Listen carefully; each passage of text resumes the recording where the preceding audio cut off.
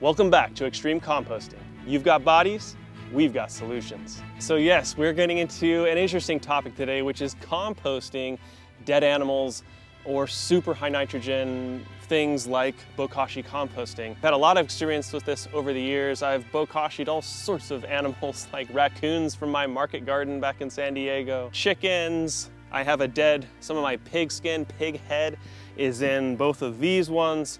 So I utilize all the material from my farm, all of the pieces of the animals, whether we eat them or not, they're at least made into soil. So farming and homesteading, guys, death is a part of the equation. A good farming friend of mine, Cliff Davis, told me, if you're gonna raise livestock, you're gonna raise dead stock. And I think that's just a really beautiful quote that sums it up. You know, if you wanna get into farming and gardening, even just gardening, if you're a vegan, guess what? You are going to have to kill things in order for you to live and for you to grow food. And it's just a fact of life. But it's important that we respect life and that we honor our animals, that we care for our animals in the best way that we possibly can. But no matter what happens, guys, I promise you, you will be responsible for the death of one of your animals, no matter how hard you try. I'm responsible for that animal's death, this Ramland. Unfortunately, because he got caught in a Premier One net. It could have been avoided, but this was also a problem animal who had trouble getting in with that system. So I'll be showing you guys a different type of composting, super high nitrogen, and how can you kind of combat some of that to make sure that you're not losing a ton of nutrients to the air. If you've ever smelled ammonia while you're making compost, you're off-gassing a ton of ammonia, which is full of nitrogen. You're losing it. That's why the compost pile shrinks over time. This is one benefit to anaerobic composting, or like a Jadam liquid fertilizer, where you're just using water, plant material, leaf mold soil, and letting it ferment. You're not losing any of that to the air. All of the nutrients are contained within the water, or all of the nutrients from my pig skin and head are contained within the bokashi compost. If I would have composted it in a regular pile like this, tons of the nutrients would off-gas. But we've locked these nutrients down into a fermented state so that when we do this, we're not gonna lose nearly as much material. So that's one of the benefits of doing this, and the long-term storage of using bokashi composting, which I've been preaching about for years. And it's continued no matter whether I was in an urban setting or a rural setting. This has been an amazing thing for me because I always have a ton of high nitrogen material at any point ready to go that I can make compost with. So I'm going to show you guys how we set up the carbon, the pile, the body, the inoculants, and any other things that I might add to this to help it along. So this pile right here is a failed compost pile that my chicken messed up that was down in my barn. I pulled it up here. Of course, I was lazy, didn't put a tarp on it, and my chickens pulled it apart again. So this is a little bit different than I would set up a normal regular compost just with garden scraps and straw. If you want to see how to do that, check out my beginner compost video. It'll really help you lock down those skills that you need to become a good soil maker. What do we need if we're doing a bunch of bodies, right? That's incredibly high nitrogen, super high moisture. Bokashi as well, super high moisture, super high nitrogen, and an assortment of other nutrients. So I want to focus on my dry material a lot more than I normally would, and you're going to have more, I'd recommend more carbon material than the normal 60% that I normally recommend. So go up to like 70 to 80% carbon. This way, this will help to balance that super high nitrogen and microbe and just everything load that's going to be in these bodies. So all you really need to do this is a bunch of carbon like straw or wood chips, but I'm going to show you guys extra things as always, but I just want to give you guys concepts that you can take and apply to whatever your situation is. So I have a bunch of charcoal here. This is actually the charcoal that you may have seen in one of my little reels that I made about the cleaning power of charcoal and how it can help to clean water. And that is a very powerful solution. It's also great at absorbing smells, absorbing nutrients, and microbes, of course. And that it actually adsorbs them, so it holds it and sticks it to themselves chemically, actually. And that's why it's so effective like you've probably heard of the term biochar, at being a great amendment into your soil. That's what we're doing here. This is going to be charged through this compost process and will help us to absorb a lot of that liquidy, nasty stuff here at the bottom. Next, we're going to put wood chips and dry straw as well. So within that are just, different types of carbon. Some's more absorbent than others. Some microbes like straw better than wood chips, etc. So having an abundance of different things in here just helps to create a more microbial and nutrient diverse compost at the end. Okay, and what I'm setting up here is the foundation of my compost pile, basically the rough size that I want it to create. And I'm also, at the end of this, I'm gonna pull in a bunch of this compost and uncomposted material that these chickens have pushed out and put it back into my pile. And that will also help to inoculate. So if you don't have some of these other inoculants like I'm showing you, compost is fantastic. Leaf mold soil is a fantastic inoculant that you can add as well. So this is roughly the size I think I'll make it. Okay guys, so we've got a good, 6 to 8 inches of carbon here. So the purpose of the charcoal and the 3 layers is to really slow down that liquid that's gonna come out and to help it absorb just as much as possible so it's not going down all the way to the ground floor. I'd love it to stay more above where it can be more aerobic and can be processed better than just at the soil surface level where it's going to remain nasty and anaerobic. So what we're going to do next is put down our inoculants, and let's go inside to check those out. Okay guys, so I've got 3 extra inoculants to help us break apart those bodies and break them down more quickly and to eat apart pathogens and bad guys and just make a better overall compost. So 2 of these you can make, 1 of these you can buy. Well, 3 of these you can make technically. Okay, this is Labs lactic acid bacteria.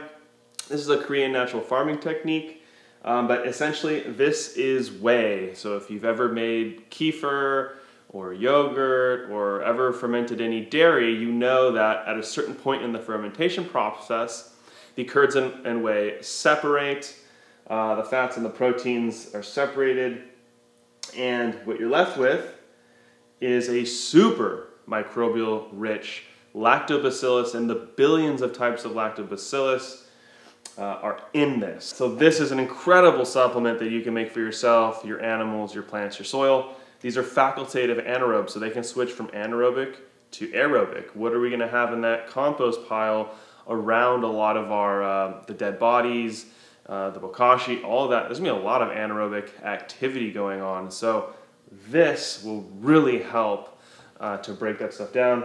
I made 1.5 gallons for $5. You can look on YouTube how to make this. I will eventually make how-to videos on how to do all this stuff, you guys. So the second is similar to Labs, but it's got some other stuff in there, and this is called bokashi grain. So all those barrels that you see out there, that's how I fermented those. This was my inoculant, and I get this from my own website. This is from SD Microbes. They do all Beyond Organic type inputs. This is made from organic beer grain that they've inoculated with lactic acid bacteria. They do liquid kelp, comfrey, and beetroot FPJ. And they use flaky wheat bran as well in here, in addition to the organic brew grains that they're recycling. So this is an amazing product. This is how I never have to collect greens on my farm. I always have buckets of bokashi ready to go for me. So this is a great dry inoculant. This can be used as an odor reducer in your coop. It can be fed to animals. The third thing I have here, guys, is IMO4, Indigenous Microorganisms 4. It just looks like a bunch of soil, but that is one of the most powerful fungal, microbial, diverse inputs that we can actually make. And next year I plan on creating a course and a full set of videos all about all the KNF stuff. You know, I've been practicing this now for over 5 years, and I finally feel ready to teach you guys this stuff. So very excited about that. Now, IMO4 is not the best inoculant in this situation because we're doing thermophilic composting out there. That's going to go up to 160. Now this compost or inoculant, this was created with temps at 120 or lower, and we collected the microbes from the forest, fed them fungal foods and grew them out, IMO3, and then meeting those with our native soil so that they can meet and acclimate with the local biology, and that's IMO 4. Many of these microbes, they have these temperature ranges that they want to exist in and thrive in. Once you go beyond or below, they go back dormant or they die. Is there going to be biology that we never awakened or never brought into existence, that we collected in our forest and stored but never got grown out because we never reached those higher temperatures?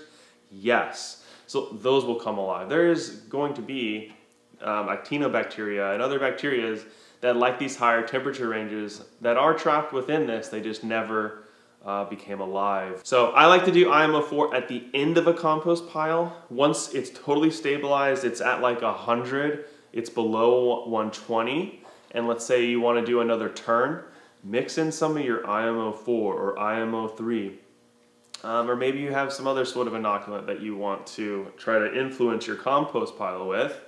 That's a good time to add it while there's still that warmth in there. It'll wake up the microbes we're adding, and then they will spread out and do more of their processes and create more diversity, more fungal in that final compost. Basically what I just described to you, this is another way to kind of make IMO5, which is the fertilized version of IMO4, which is 10% IMO4, 90% of a high nitrogen fertilizer. So our compost. So this is a way that you can kind of cheat and not totally make IMO the full version of IMO5, but it's another way that you can get super microbial diverse compost out into your garden. So what's your application rate? I would probably do around like 1 to 20 for the labs, so a super strong concentration, and then I would dump that over the body. That's what I'm going to do with that lamb's body. Same thing with the bokashi. I may have shown in other videos where I've done this, but yeah, just sprinkle out a few handfuls of the bokashi over the top and underneath of the body. Same thing with your IMO4. Okay guys, so we've got our body there. I did forget to throw some under it.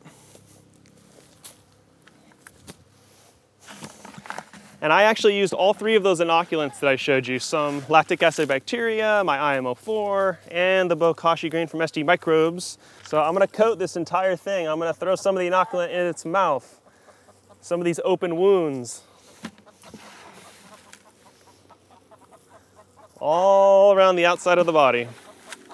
So next up, we do have more inoculant. We have that bokashi, which is extremely acidic, and that'll help actually to help dissolve and decompose this body fast.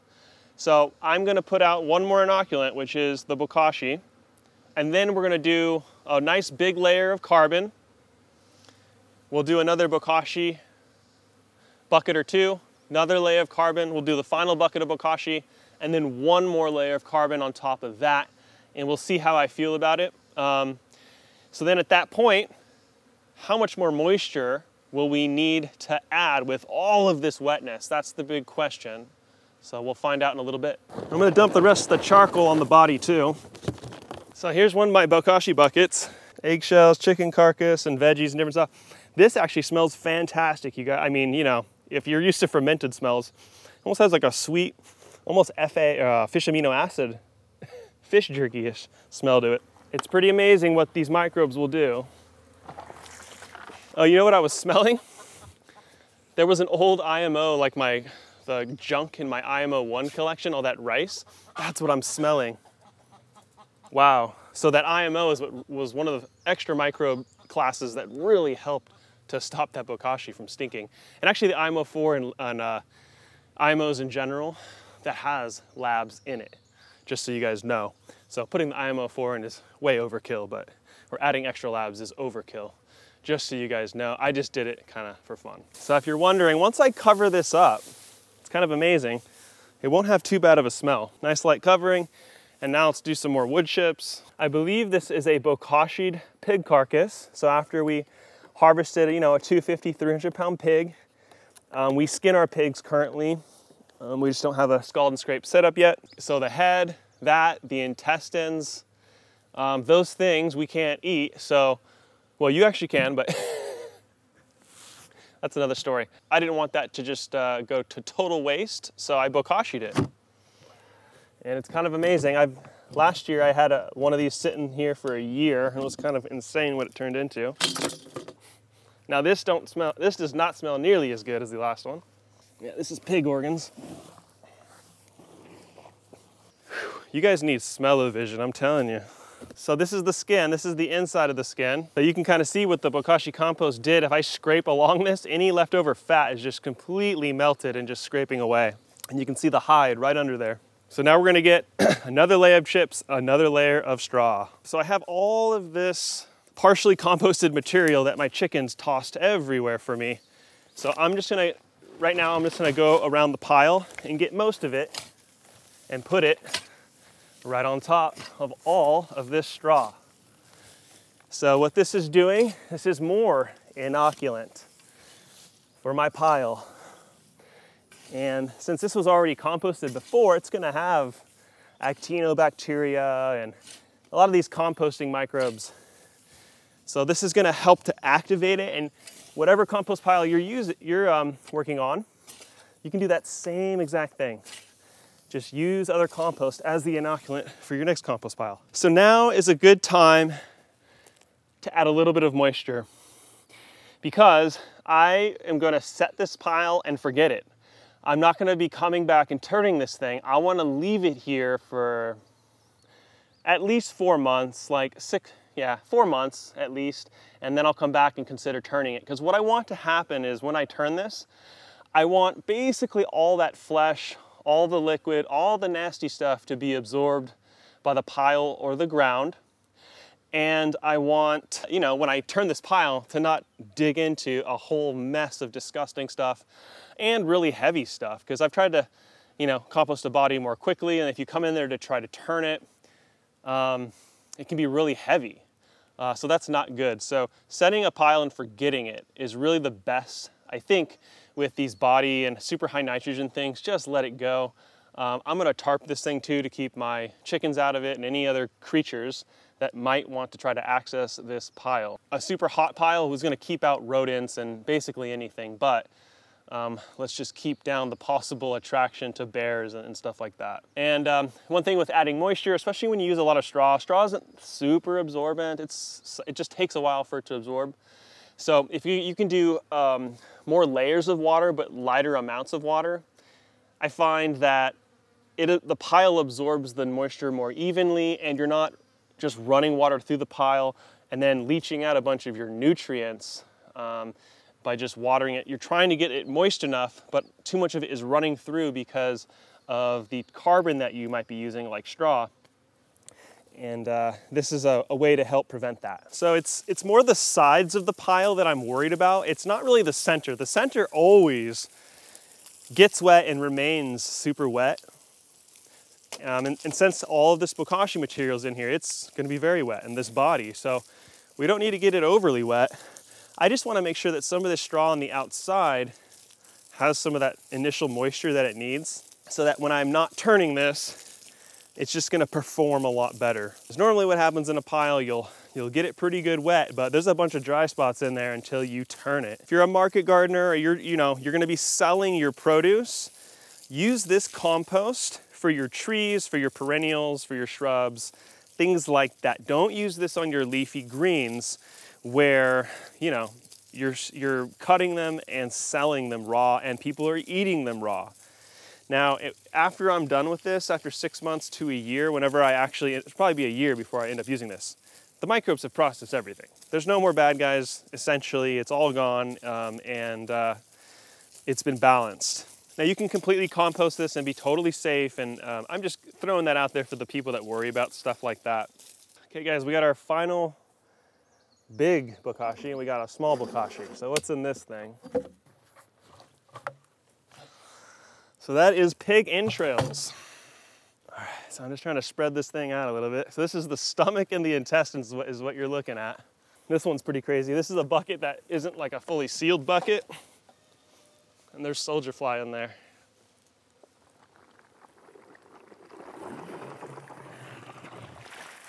Oh, this is why it's called extreme composting. Now that I've got it covered, the smell is diminished. We're only at like 20% smell now. Now we're gonna dump all of my composted material from the sides on top. And then we'll water this in again, and that's gonna help spreading the composted inoculant around. So I just wanted to show you guys, this is about 7 to 10 days after we made that pile. Tons of mushrooms came out of here and grew. The pile sunk down a bunch. This gray microbial growth on top is probably actinobacteria, which is great to find to see in a compost pile that's when you're taking it above 130. So I am glad that I added that last little layer of straw, because all that moisture kind of, as it evaporates, it gets caught by the tarp, comes back down onto the pile. So having that extra carbon on top, I think was necessary. So we hit 140 and stayed at that for about 5 days, and now it's starting to cool down a little bit. Now if I was to turn this, that would make it a lot harder. Maybe I get up to 150, 160, and then repile it a lot higher to really make sure that I do hit 160. But since I've got those bodies in there, it's just way too ridiculous to turn, which is why we set this up with the future in mind, that we're not really gonna be turning this until the body has totally fallen apart, essentially, and when you turn it, it's just bones moving around. So everything's on schedule, doing well, and we'll let this sit for 4 to 6 months, and I'll come take a look at it, turn it. Let me know in the comments if you guys would like to see an update to this.